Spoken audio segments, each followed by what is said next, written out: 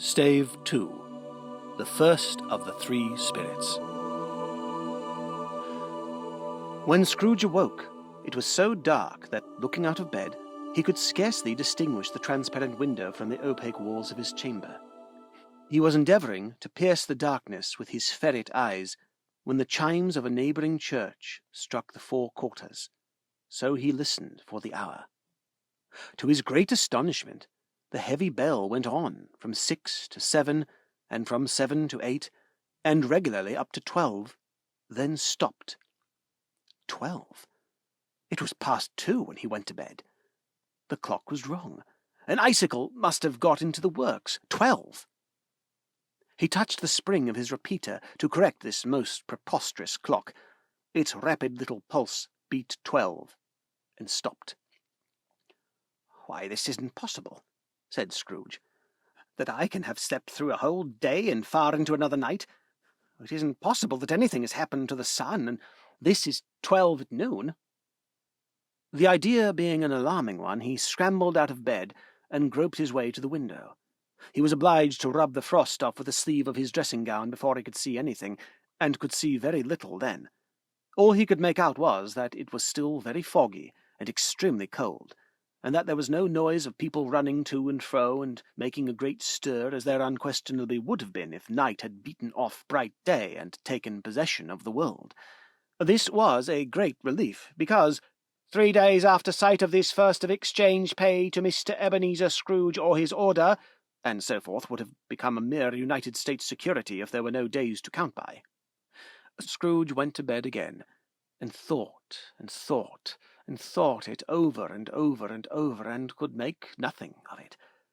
The more he thought, the more perplexed he was, and the more he endeavoured not to think, the more he thought. Marley's ghost bothered him exceedingly. Every time he resolved within himself, after mature inquiry, that it was all a dream, his mind flew back again, like a strong spring released to its first position, and presented the same problem to be worked all through. Was it a dream or not? Scrooge lay in this state until the chime had gone 3 quarters more, when he remembered, on a sudden, that the ghost had warned him of a visitation when the bell tolled 1.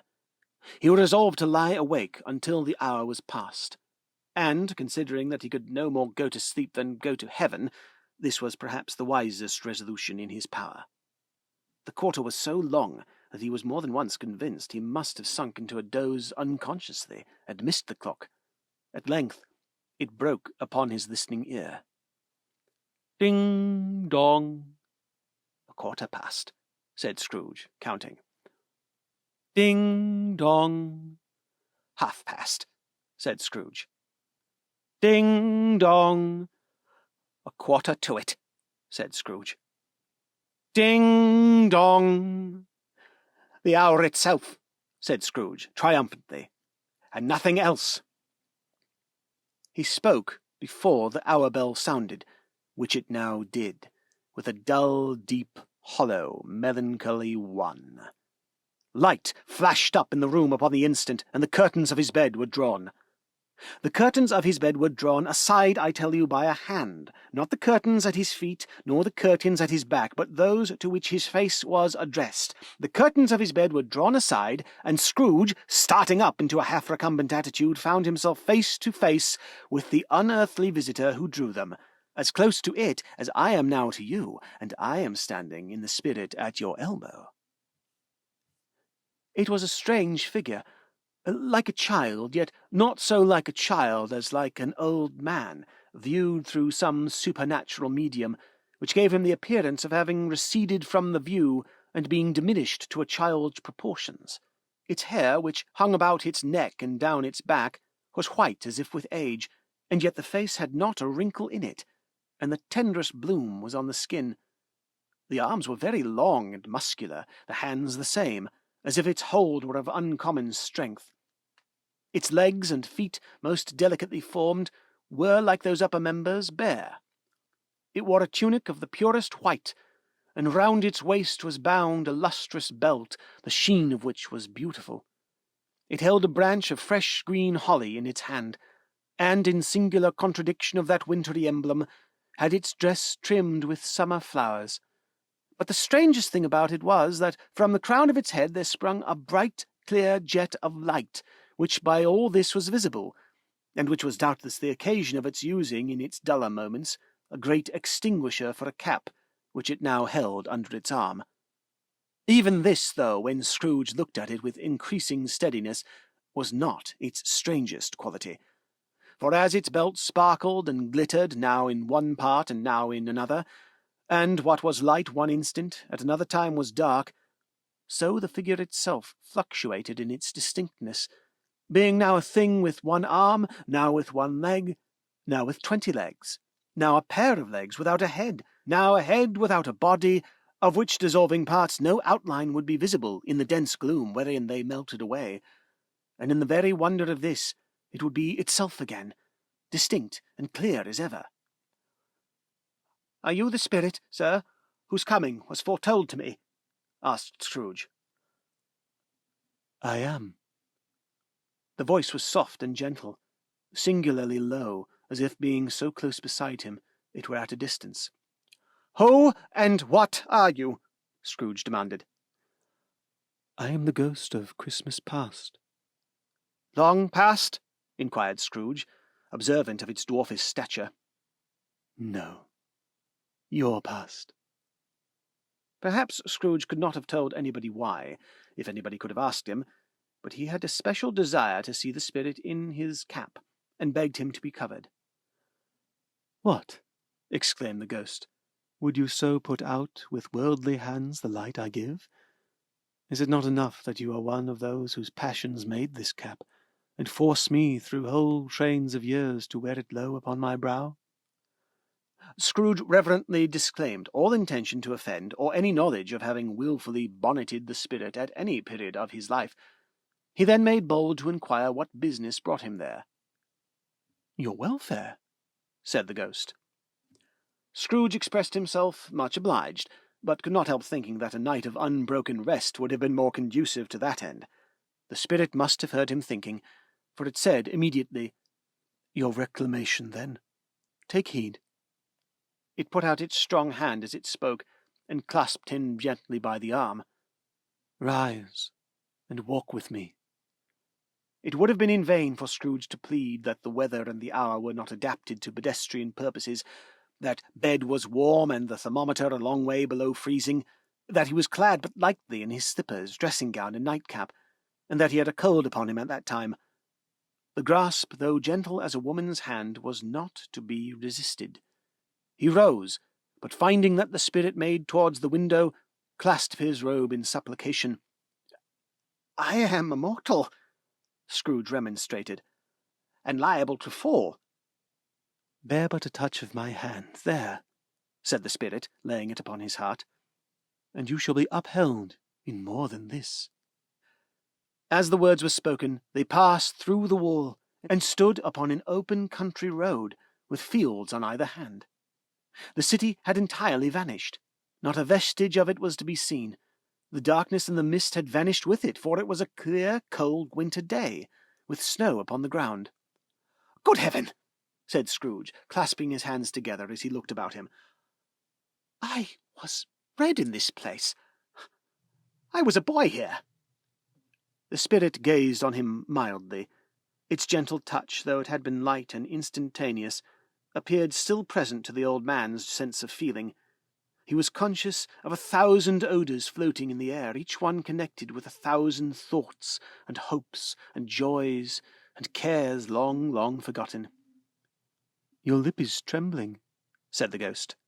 "And what is that upon your cheek?" Scrooge muttered, with an unusual catching in his voice, that it was a pimple, and begged the ghost to lead him where he would. "You recollect the way?" inquired the spirit. "Remember it?" cried Scrooge with fervour. "I could walk it blindfold." "Strange to have forgotten it for so many years," observed the ghost. "Let us go on." They walked along the road, Scrooge recognizing every gate and post and tree, until a little market town appeared in the distance, with its bridge, its church, and winding river, Some shaggy ponies were now seen trotting towards them with boys upon their backs, who called to other boys in country gigs and carts driven by farmers. All these boys were in great spirits, and shouted to each other until the broad fields were so full of merry music that the crisp air laughed to hear it. "These are but shadows of the things that have been," said the ghost. "They have no consciousness of us." The jocund travellers came on, and as they came, Scrooge knew and named them every one. Why was he rejoiced beyond all bounds to see them? Why did his cold eye glisten and his heart leap up as they went past? Why was he filled with gladness when he heard them give each other Merry Christmas as they parted at crossroads and byways for their several homes? What was Merry Christmas to Scrooge? Out upon Merry Christmas! What good had it ever done to him? "The school is not quite deserted," said the ghost. "A solitary child, neglected by his friends, is left there still." Scrooge said he knew it, and he sobbed. They left the high road by a well-remembered lane, and soon approached a mansion of dull red brick, with a little weathercock-surmounted cupola on the roof, and a bell hanging in it. It was a large house, but one of broken fortunes, for the spacious offices were little used, their walls were damp and mossy, their windows broken, their gates decayed. Fowls clucked and strutted in the stables, and the coach-houses and sheds were overrun with grass. Nor was it more attentive of its ancient state within, for entering the dreary hall and glancing through the open doors of many rooms, they found them poorly furnished, cold and vast. There was an earthly savour in the air, a chilly bareness in the place, which associated itself somehow with too much getting up by candlelight, and not too much to eat. They went, the ghost and Scrooge, across the hall, to a door at the back of the house. It opened before them and disclosed a long, bare, melancholy room, made barer still by lines of plain deal forms and desks. At one of these a lonely boy was reading near a feeble fire, and Scrooge sat down upon a form and wept to see his poor forgotten self as he used to be. Not a latent echo in the house, not a squeak and scuffle from the mice behind the panelling, not a drip from the half-thawed water-spout in the dull yard behind, not a sigh among the leafless boughs of one despondent poplar, not the idle swinging of an empty storehouse door, no, not a clicking in the fire, but fell upon the heart of Scrooge with a softening influence, and gave a freer passage to his tears. The spirit touched him on the arm and pointed to his younger self, intent upon his reading. Suddenly a man, in foreign garments, wonderfully real and distinct to look at, stood outside the window with an axe stuck in his belt, and leading by a bridle an ass laden with wood. "Why, it's Ali Baba!" Scrooge exclaimed in ecstasy. "It's dear old, honest Ali Baba! Yes, yes, I know. One Christmas time, when yonder solitary child was left here all alone, he did come, for the first time, just like that. Poor boy! And Valentine," said Scrooge, "and his wild brother Orson, there they go, and what's his name, who was put down in his drawers sleep at the gate of Damascus. Don't you see him? And the Sultan's groom, turned upside down by the genie, there he is upon his head. Serve him right, I'm glad of it. What business had he to be married to the princess?" To hear Scrooge expanding all the earnestness of his nature on such subjects in a most extraordinary voice between laughing and crying, and to see his heightened and excited face, would have been a surprise to his business friends in the city indeed. "There's the parrot!" cried Scrooge. "Green body and yellow tail, with a thing like a lettuce growing out of the top of his head. There he is! Poor Robin Crusoe, he called him, when he came home again after sailing round the island. Poor Robin Crusoe, where have you been, Robin Crusoe?" The man thought he was dreaming, but he wasn't. It was the parrot, you know. And there goes Friday, running for his life to the little creek. "Ow! Hoop-allo!" Then, with a rapidity of transition very foreign to his usual character, he said, in pity for his former self, "Poor boy," and cried again. "I wish," Scrooge muttered, putting his hand in his pocket and looking about him, after drying his eyes with his cuff, "but it's too late now." "What is the matter?" asked the spirit. "Nothing," said Scrooge. "Nothing. There was a boy singing a Christmas carol at my door last night. I should like to have given him something, that's all." The ghost smiled thoughtfully, and waved its hand, saying as it did so, "Let us see another Christmas." Scrooge's former self grew larger at the words, and the room became a little darker and more dirty. The panels shrunk, the windows cracked, fragments of plaster fell out of the ceiling, and the naked laths were shown instead. But how all this was brought about, Scrooge knew no more than you do. He only knew that it was quite correct, that everything had happened so, that there he was, alone again, when all the other boys had gone home for the jolly holidays. He was not reading now, but walking up and down despairingly. Scrooge looked at the ghost, and with a mournful shaking of his head, glanced anxiously towards the door. It opened, and a little girl, much younger than the boy, came darting in, and putting her arms about his neck, and often kissing him, addressed him as her dear, dear brother. "I have come to bring you home, dear brother," said the child, clapping her tiny hands, and bending down to laugh. "To bring you home, home, home." "Home, little Fan?" returned the boy. "Yes," said the child, brimful of glee. "Home, for good and all. Home for ever and ever. Father is so much kinder than he used to be, and home's like heaven. He spoke so gently to me one dear night when I was going to bed that I was not afraid to ask him once more if you might come home, and he said, 'Yes, yes, you should,' and sent me in a coach to bring you.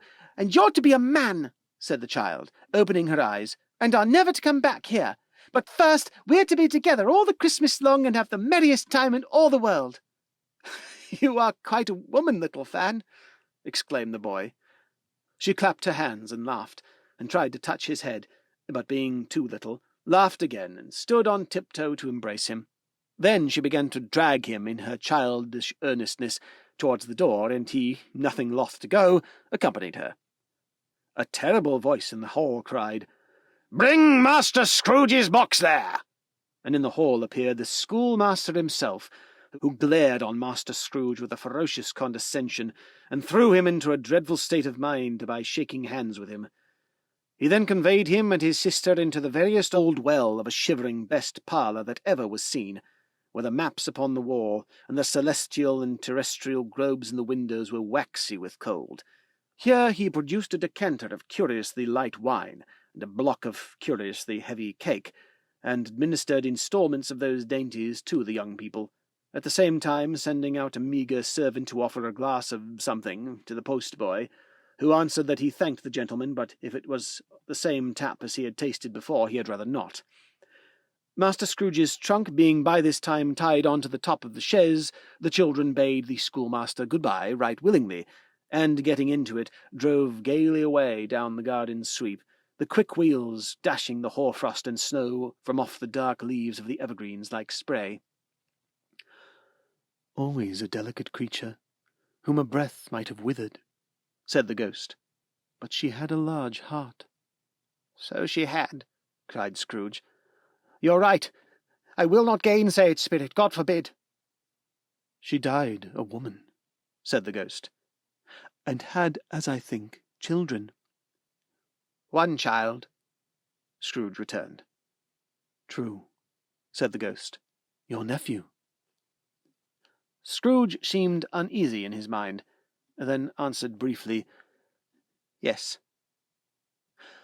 Although they had but that moment left the school behind them, they were now in the busy thoroughfares of a city, where shadowy passengers passed and repassed, where shadowy carts and coaches battled for the way, and all the strife and tumult of a real city were. It was made plain enough by the dressing of the shops that here too it was Christmas time again, but it was evening, and the streets were lighted up. The ghost stopped at a certain warehouse door and asked Scrooge if he knew it. "Know it?" said Scrooge. "Was I apprenticed here?" They went in. At the sight of an old gentleman in a Welsh wig sitting behind such a high desk that if he had been 2 inches taller he might have knocked his head against the ceiling, Scrooge cried in great excitement, "Why, it's old Fezziwig! Bless his heart, it's Fezziwig, alive again!" Old Fezziwig laid down his pen and looked up at the clock, which pointed to the hour of 7. He rubbed his hands, adjusted his capacious waistcoat, laughed all over himself, from his shoes to his organ of benevolence, and called out in a comfortable, oily, rich, fat, jovial voice, "Oh, there! Ebenezer! Dick!" Scrooge's former self, now grown a young man, came briskly in, accompanied by his fellow prentice. "Dick Wilkins, to be sure," said Scrooge to the ghost. "Bless me, yes, there he is. He was very much attached to me, was Dick. Poor Dick, dear, dear." "Oh, ho, my boys," said Fezziwig. "No more work tonight. Christmas Eve, Dick. Christmas, Ebenezer. Let's have the shutters up," cried old Fezziwig, with a sharp clap of his hands, "before a man can say Jack Robinson." You wouldn't believe how those two fellows went at it. They charged into the street with the shutters. 1, 2, 3, had 'em up in their places. 4, 5, 6, barred 'em and pinned 'em. 7, 8, 9, and came back before you could have got to 12, panting like racehorses. "Hiley-ho!" cried old Fezziwig, skipping down from the high desk with wonderful agility. "Clear away, my lads, and let's have lots of room here. Hiley-ho, Dick! Shut up, Ebenezer!" Cleared away. There was nothing they wouldn't have cleared away or couldn't have cleared away with old Fezziwig looking on. It was done in a minute. Every movable was packed off, as if it were dismissed from public life for evermore. The floor was swept and watered, the lamps were trimmed, fuel was heaped upon the fire, and the warehouse was as snug and warm and dry and bright a ballroom as you could desire to see upon a winter's night. In came a fiddler with a music book, and went up to the lofty desk, and made an orchestra of it, and tuned like 50 stomach aches. In came Mrs. Fezziwig, one vast substantial smile. In came 3 Miss Fezziwigs, beaming and lovable. In came the 6 young followers, whose hearts they broke. In came all the young men and women employed in the business. In came the housemaid, with her cousin, the baker. In came the cook, with her brother's particular friend, the milkman. In came the boy from over the way who was suspected of not having board enough from his master, trying to hide himself behind the girl from next door but one, who was proved to have had her ears pulled by her mistress. In they all came, one after another, some shyly, some boldly, some gracefully, some awkwardly, some pushing, some pulling. In they all came anyhow and everyhow. Away they all went, 20 couple at once, hands half round and back again the other way, down the middle and up again, round and round in various stages of affectionate grouping, old top couple always turning up in the wrong place, new top couple starting off again as soon as they got there, all top couples at last, and not a bottom one to help them. When this result was brought about, old Fezziwig, clapping his hands to stop the dance, cried out, "Well done!" and the fiddler plunged his hot face into a pot of porter especially provided for that purpose. But scorning rest, upon his reappearance he instantly began again, though there were no dancers yet, as if the other fiddler had been carried home exhausted upon a shutter, and he were a brand new man resolved to beat him out of sight or perish. There were more dances, and there were forfeits, and more dances, and there was cake, and there was negus, and there was a great piece of cold roast, and there was a great piece of cold boiled, and there were mince pies, and plenty of beer. But the great effect of the evening came after the roast and boiled, when the fiddler, an artful dog, mind, the sort of man who knew his business better than you and I could have told it him, struck up Sir Roger de Coverley. Then old Fezziwig stood out to dance with Mrs. Fezziwig. Top couple, too, with a good stiff piece of work cut out for them. 3 or 24 pair of partners, people who were not to be trifled with, people who would dance, and had no intention of walking. But if there had been twice as many, 4 times, old Fezziwig would have been a match for them, and so would Mrs. Fezziwig. As to her, she was worthy to be his partner in every sense of the term. If that's not high phrase, tell me higher, and I'll use it. A positive light appeared to issue from Fezziwig's calves. They shone in every part of the dance like moons. You couldn't have predicted at any given time what would have become of them next. And when old Fezziwig and Mrs. Fezziwig had gone through all the dance, advance and retire, both hands to your partner, bow and curtsy, corkscrew, thread the needle, and back again to your place, Fezziwig cut so deftly that he appeared to wink with his legs, and came upon his feet again without a stagger. When the clock struck 11, this domestic ball broke up. Mr. and Mrs. Fezziwig took their stations, one on either side of the door, and shaking hands with every person individually as he or she went out, wished him or her a Merry Christmas. When everybody had retired but the 2 apprentices, they did the same to them, and thus the cheerful voices died away, and the lads were left to their beds, which were under a counter in the back shop. During the whole of this time, Scrooge had acted like a man out of his wits. His heart and soul were in the scene, and with his former self. He corroborated everything, remembered everything, enjoyed everything, and underwent the strangest agitation. It was not until now, when the bright faces of his former self and Dick were turned from them, that he remembered the ghost, and became conscious that it was looking full upon him, while the light upon its head burnt very clear. "A small matter," said the ghost, "to make these silly folks so full of gratitude." "Small," echoed Scrooge. The spirit signed him to listen to the two apprentices, who were pouring out their hearts in praise of Fezziwig, and when he had done so, said, "Why, is it not? He has spent but a few pounds of your mortal money, 3 or 4 perhaps. Is that so much that he deserves this praise?" "It isn't that," said Scrooge, heated by the remark, and speaking unconsciously like his former, not his latter, self. "It isn't that, Spirit. He has the power to render us happy or unhappy, to make our service light or burdensome, a pleasure or a toil. Say that his power lies in words and looks, in things so slight and insignificant that it is impossible to add and count 'em up. What then?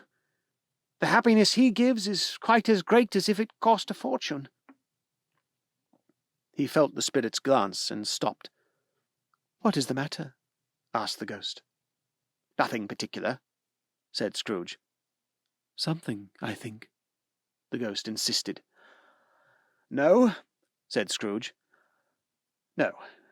I should like to be able to say a word to my clerk just now, that's all." His former self turned down the lamps as he gave utterance to the wish, and Scrooge and the ghost again stood side by side in the open air. "My time grows short," observed the spirit. "Quick." This was not addressed to Scrooge, or to anyone whom he could see, but it produced an immediate effect. For again Scrooge saw himself. He was older now, a man in the prime of life. His face had not the harsh and rigid lines of later years, but it had begun to wear the signs of care and avarice. There was an eager, greedy, restless motion in the eye which showed the passion which had taken root, and where the shadow of the growing tree would fall. He was not alone, but sat by the side of a fair young girl in a morning dress, in whose eyes there were tears which sparkled in the light that shone out of the ghost of Christmas past. "It matters little," she said softly. "To you, very little. Another idol has displaced me, and if it can cheer and comfort you in time to come, as I would have tried to do, I have no just cause to grieve." "What idol has displaced you?" he rejoined. "A golden one." "This is the even-handed dealing of the world," he said. "There is nothing on which it is so hard as poverty, and there is nothing it professes to condemn with such severity as the pursuit of wealth." "You fear the world too much," she answered, gently. "All your other hopes have merged into the hope of being beyond the chance of its sordid reproach. I have seen your nobler aspirations fall off one by one until the master passion, gain, engrosses you. Have I not?" "What then?" he retorted. "Even if I have grown so much wiser, what then? I am not changed towards you." She shook her head. "Am I?" "Our contract is an old one. It was made when we were both poor and content to be so, until in good season we could improve our worldly fortune by our patient industry. You are changed. When it was made, you were another man." "I was a boy," he said impatiently. "Your own feeling tells you that you were not what you are," she returned. "I am. That which promised happiness when we were one in heart is fraught with misery now that we are two. How often and how keenly I have thought of this I will not say. It is enough that I have thought of it, and can release you." "Have I ever sought release?" "In words, no. Never. In what, then? In a changed nature, in an altered spirit, in another atmosphere of life, another hope as its great end, in everything that made my love of any worth or value in your sight. If this had never been between us, said the girl, looking mildly but with steadiness upon him, tell me, would you seek me out and try to win me now? Ah, no. He seemed to yield to the justice of this supposition in spite of himself, but he said with a struggle, You think not? I would gladly think otherwise if I could, she answered. Heaven knows, when I have learned a truth as strong as this, I know how strong and irresistible it must be. But if you were free today, tomorrow, yesterday, can even I believe that you would choose a dowerless girl, you who, in your very confidence with her, weigh everything by gain, or choosing her, if for a moment you were false enough to your one guiding principle to do so, do I not know that your repentance and regret would surely follow? I do, and I release you, with a full heart, for the love of him you once were. He was about to speak, but with her head turned from him, she resumed. You may. The memory of what is past half makes me hope you will have pain in this.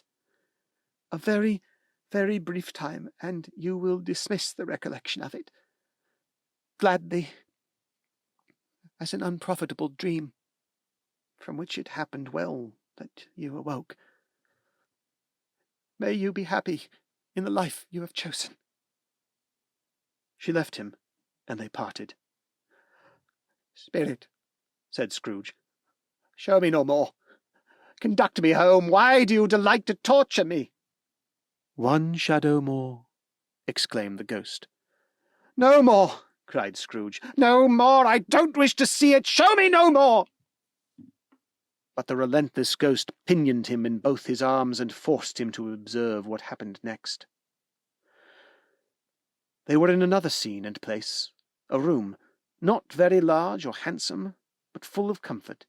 Near to the winter fire sat a beautiful young girl, so like that lass that Scrooge believed it was the same, until he saw her, now a comely matron, sitting opposite her daughter. The noise in this room was perfectly tumultuous, for there were more children here than Scrooge, in his agitated state of mind, could count, and, unlike the celebrated herd in the poem, they were not 40 children conducting themselves like one, but every child was conducting itself like 40. The consequences were uproarious beyond belief, but no one seemed to care. On the contrary, the mother and daughter laughed heartily, and enjoyed it very much, and the latter, soon beginning to mingle in the sports, got pillaged by the young brigands most ruthlessly. What I would not have given to be one of them, though I never could have been so rude. No. I wouldn't for the wealth of all the world have crushed that braided hair, and torn it down, and for the precious little shoe I wouldn't have plucked it off, God bless my soul, to save my life. As to measuring her waist in sport, as they did, bold young brood, I couldn't have done it. I should have expected my arm to groan round it for a punishment, and never come straight again. And yet I should have dearly liked, I own, to have touched her lips, to have questioned her, that she might have opened them, to have looked upon the lashes of her downcast eyes and never raised a blush, to have let loose waves of hair, an inch of which would be a keepsake beyond price. In short, I should have liked, I do confess, to have had the lightest licence of a child, and yet to have been man enough to know its value.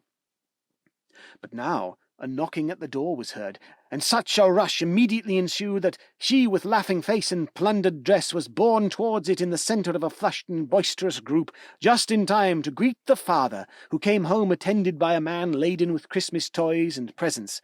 Then the shouting and the struggling, and the onslaught that was made on the defenceless porter, the scaling him with chairs for ladders to dive into his pockets, despoil him of brown paper parcels, hold on tight by his cravat, hug him round his neck, pummel his back, and kick his legs in irrepressible affection. The shouts of wonder and delight with which the development of every package was received, The terrible announcement that the baby had been taken in the act of putting a doll's frying-pan into his mouth, and was more than suspected of having swallowed a fictitious turkey glued on a wooden platter. The immense relief of finding this a false alarm. The joy and gratitude and ecstasy, they are all indescribable alike. It is enough that by degrees the children and their emotions got out of the parlour, and by one stair at a time up to the top of the house, where they went to bed, and so subsided.